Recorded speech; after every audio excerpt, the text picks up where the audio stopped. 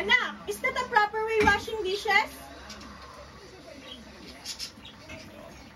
You are wasting so much water.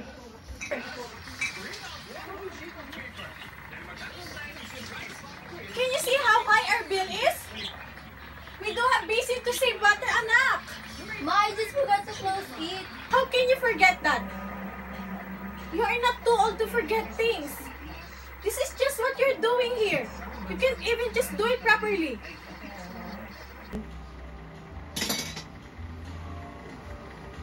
And you, what are you doing? Are you even watching? You just left the TV and electric fan open. And you're also using your phone. You're spending too much electricity. You're not helping us and this is what you do? Turn them off! What I'm watching, ma?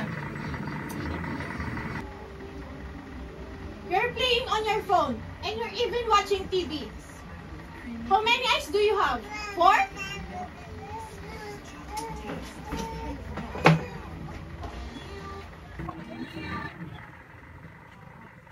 My God, this kid don't know how to conserve resources in her homes. Stop scolding the children, Jamie Lee. They are not old enough to know what they are doing. Go ahead, kids. We have lots of money to pay off the bills. Don't tolerate the kid, Sheila. Here, to pay off the bills. Wait a minute.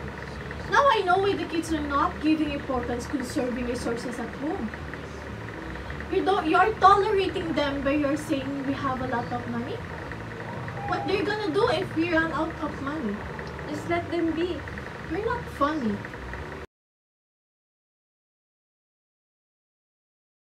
Today, I am here in front of you to encourage all of you to conserve the resources. I am here with the volunteer of our community and of course, my daughter to demonstrate the proper conservation. Conservation is good for Earth and for us to live in it. With this, I am teaching you how to conserve water. Whenever we're not using the water, we must turn it off or put it in a basin so we can use it for later. The next contribution that we have is conserving electricity. Turn off the TV and other appliances. Not just to avoid having the high use of electricity. Plus, it's good for the environment because it's lesser carbon footprint that they emit and will reduce the amount of energy that we use to reduce other use. Thank you for that, Rivera and Madel. We are here to remind everyone with this motto, conserving energy to preserve future. Conserve now. Thank you.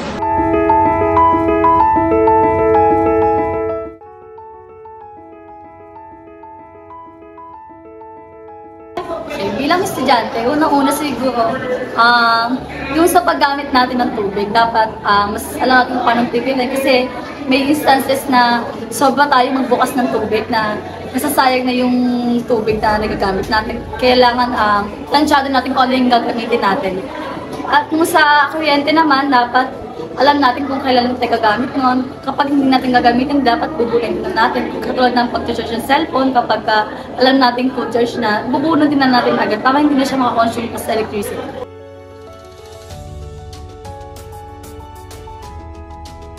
Kapag gusto niyo po siyang, kung gusto niyo pong impluwensyahan yung iba, mag-set po kayo ng example. Kung ano yung sa tingin niyo yung tama, gawin niyo po. Tapos kung sa tingin niyo dapat i-conserve yung water, sabihin niyo, tsaka ipakita niyo kung basta magtipid kayo, ipakita niyo sa iba kung paano ba dapat. Kapag sinabing, para, di ba, open yung outlet, huwag kayo, para sa school, wag na kayong mag-charge. Pag nakikita nila kayong ganun, parang, yun, basta take an example. Hindi ka na nila, kapag nakikita ka nilang ganon, parang gagayahin ka na rin nila kung ano yung, kung saan environment ka exposed, parang gagayahin ka lang din nila.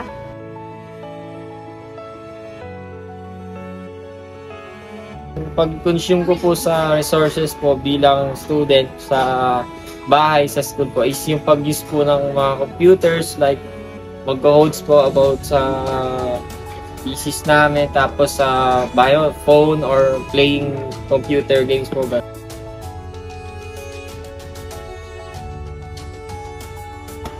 Para sa amin mga gwardiya, pag ganun na may nakikita kami mga ginagawa ng mga estudyante na hindi maganda, yung magsasabi sa kanila para hindi nila sisirain yung kuryente o sa tubig.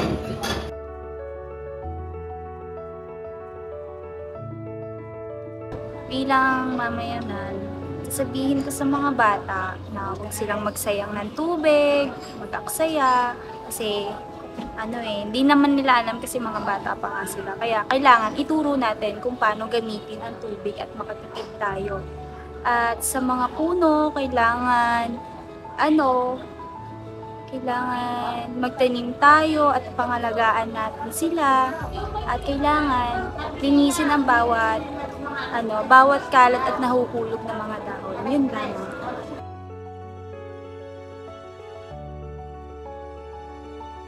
Ako ay natutong magtipid sa lahat ng bagay. Katulad ng sa pagkain, electricity, para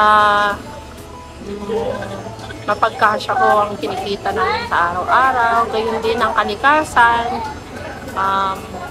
Natuto rin kaming pahalagahan ang mga puno at hindi dapat nagkakalat kung saan-saan para mapanatiling malinis ang ating kapaligiran.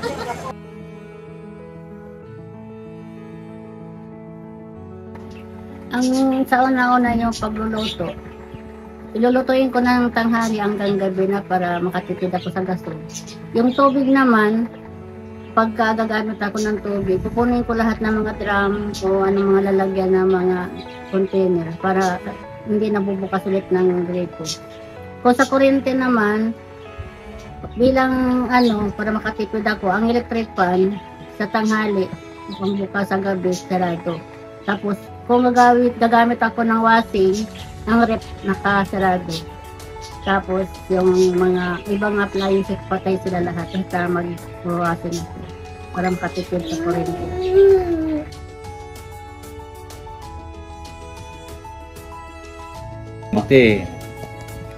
Tapos nakita na namin dito, tinap namin sa outpost para mayroong liwanag ho dito sa karsada.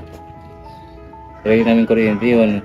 Provide ng dating samahan ng Samakauwa.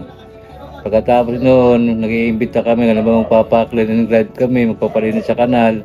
Inimbitahan namin yung mga opisyalis namin sa membro ng samahan. Yun, para maging malinis yung lugar namin. Our forests, rivers, oceans, and soils provide us with the food we eat, the air we breathe, the water we irrigate our crops with. We also rely on them for numerous other goods and services we depend on for our health, happiness, and prosperity. Conservation of resources is essential because resources are limited in nature. Most of the resources that are used every day, such as petrol, diesel, iron, coal, have limited stock. Through conservation, people can reduce waste and manage natural resources wisely. It is our collective and individual responsibility to preserve and tend to the world in which we all live. The discipline you enforce today determines the successes you'll enjoy tomorrow.